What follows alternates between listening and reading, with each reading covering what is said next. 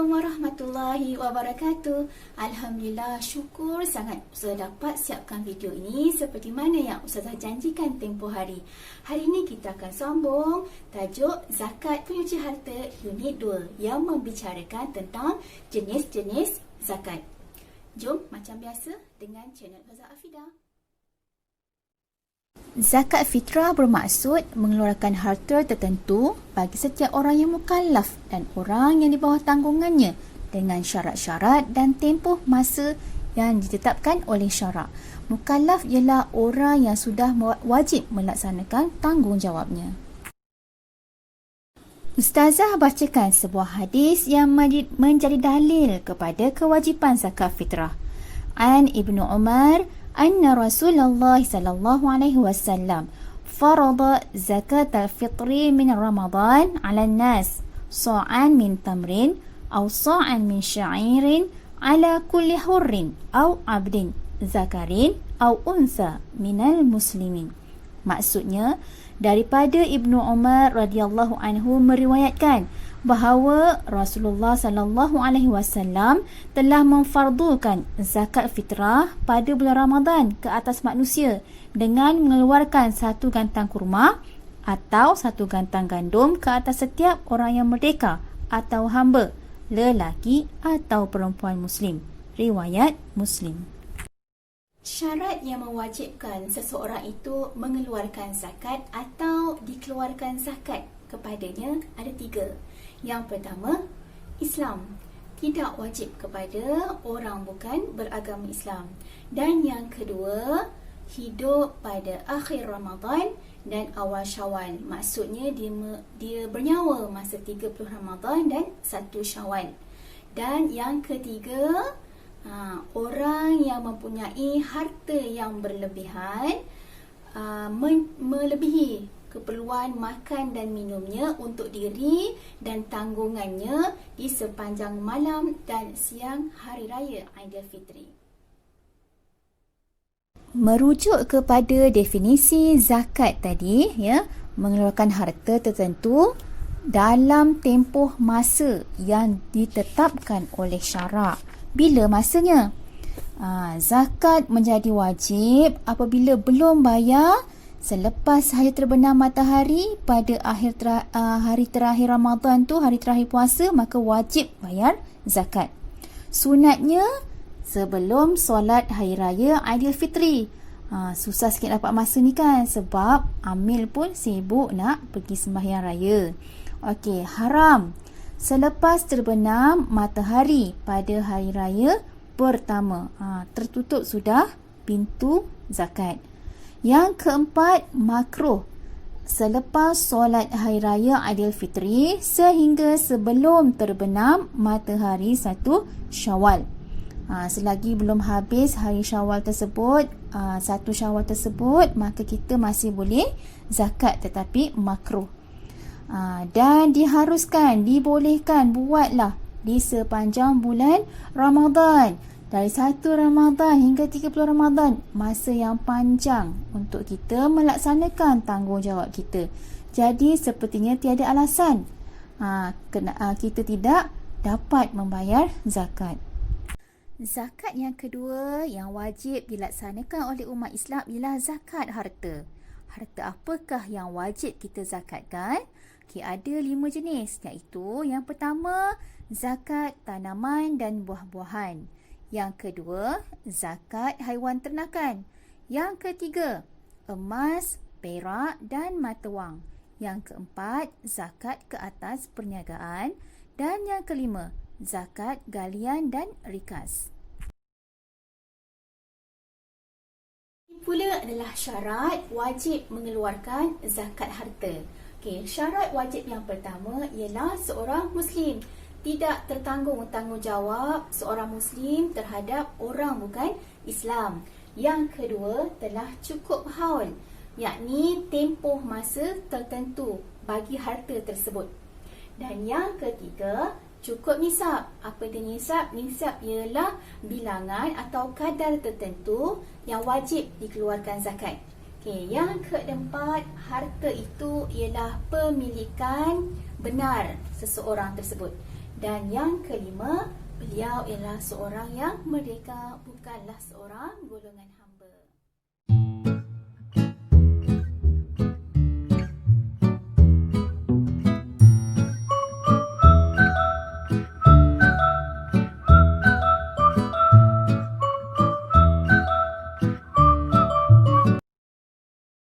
Tanaman dan buah-buahan yang wajib dikeluarkan zakat ke atasnya ialah jenis yang tahan lama dan mengenyangkan. Ianya adalah padi, gandum, barli, jagung, kurma dan anggur kering atau kita kenali juga sebagai kismis. Daripada jenis-jenis tanaman dan buah-buahan yang wajib dizakatkan tersebut, syaratnya mestilah cukup nisab. Cukup dia punya kadar yang ada. Dia beri 5 ausuk bersamaan 363 gantang Malaysia, iaitu 1,300 kilogram. Maksudnya bila hasil tanaman kita itu mencapai 1,300 kilogram, barulah wajib bayar zakat. Jika kurang, zakat tidak perlu dikeluarkan. Kadar zakatnya 10% bagi tanaman yang menggunakan air hujan atau dia tidak keluarkan kos. Contohnya aliran air sungai ataupun parit. 10%. Manakala bagi tanaman yang menggunakan jentera, tenaga manusia dan dia memerlukan kos yang tinggi, kadar zakatnya hanya 5%. Peternak cukup nisab dan haul wajib dizakat ke atasnya. Apakah haiwannya? Haiwannya ialah kambing, biri-biri, lembu, kerbau dan juga unta. Bukanlah pula asal membela kambing wajib bayar zakat. Ada syarat-syaratnya. Syaratnya ialah yang pertama, dipelihara di padang terbuka.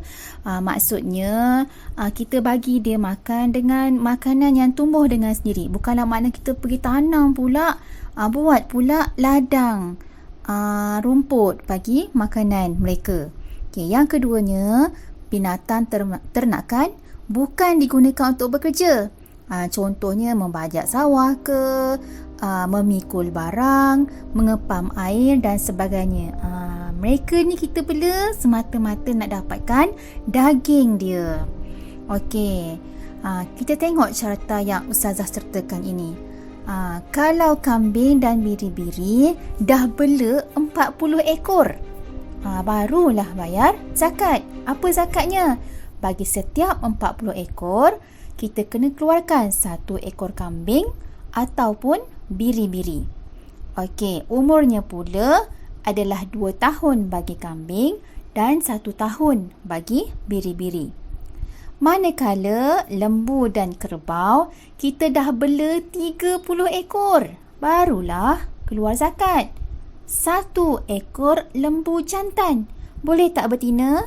Tak boleh, syaratnya jantan yang berumur 1 tahun ke atas. Kalau unta pula, unta ni mahal ya harganya.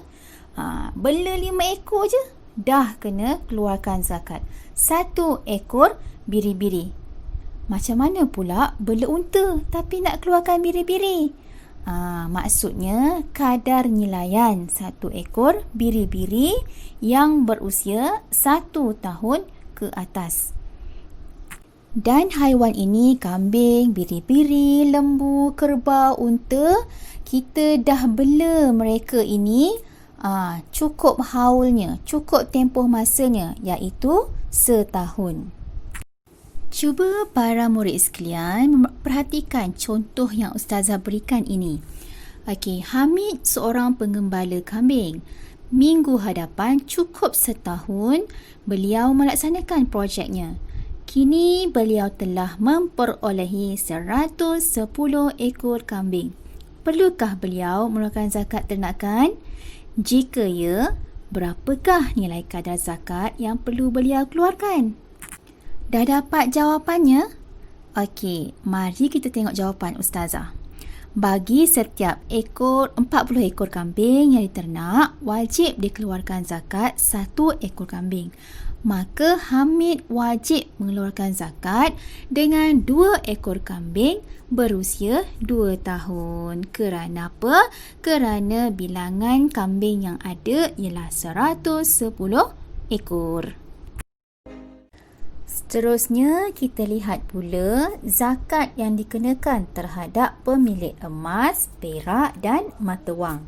Okey, emas ini ialah emas yang dijadikan perhiasan.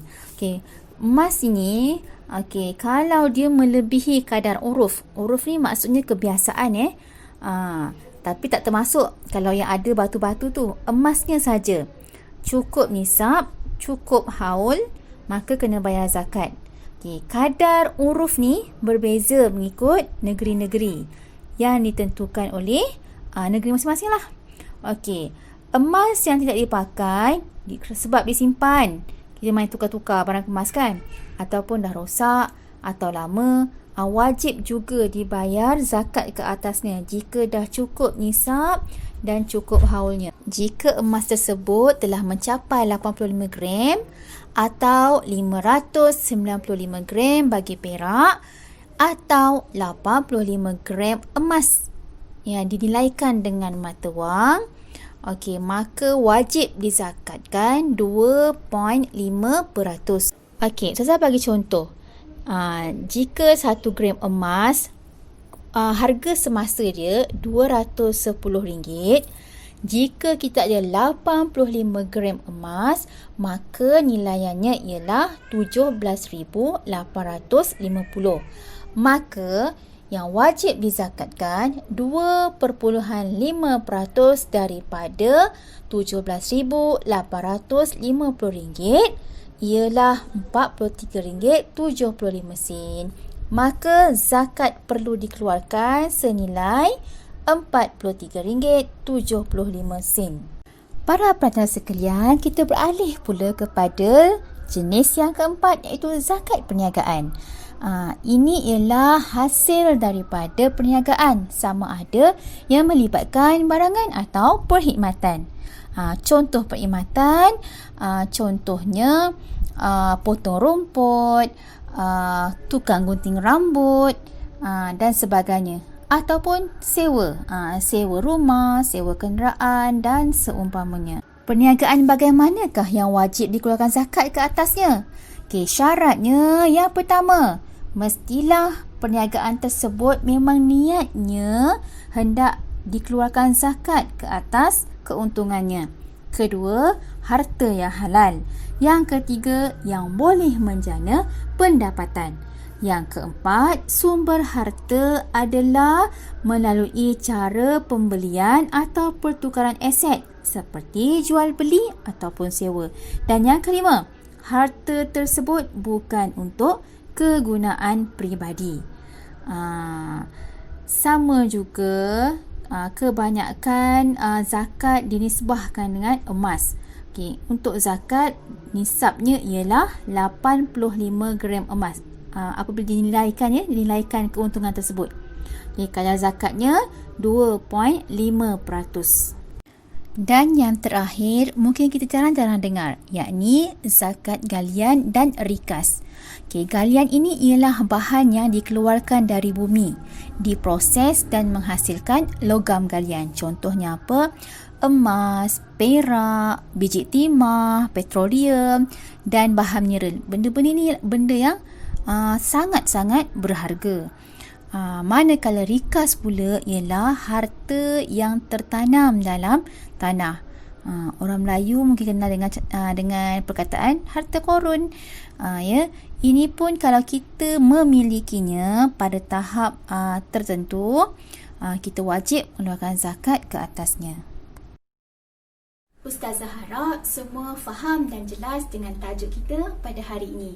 Ustazah doakan Ustazah dan para pelajar sekalian suatu hari nanti akan punya ladang tanaman yang luas, akan ada ternakan yang banyak, akan memiliki gedung-gedung perniagaan yang berkembang maju, Dan mana tahu ada pula yang melombong biji timah ke ataupun petroleum.